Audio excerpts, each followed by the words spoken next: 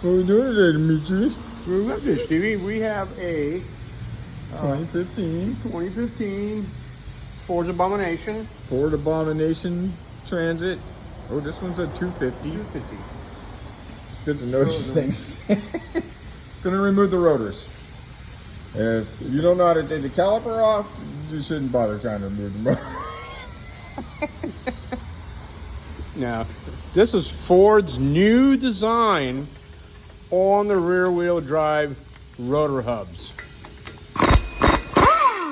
15 millimeters. Air tools are helpful. Otherwise, you can put it in reverse. That's because Stevie didn't go green yet. Put a breaker bar on it. Stevie didn't go green yet. Yeah, I didn't go green. So you gotta take these axles out. There's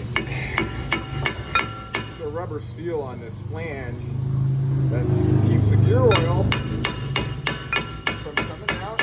There you go. Like that. Just like that. And don't forget to do that. I was a little bit late for that. Yeah. And so, take this and don't hit your neighbor's car. Crack! Done that one before.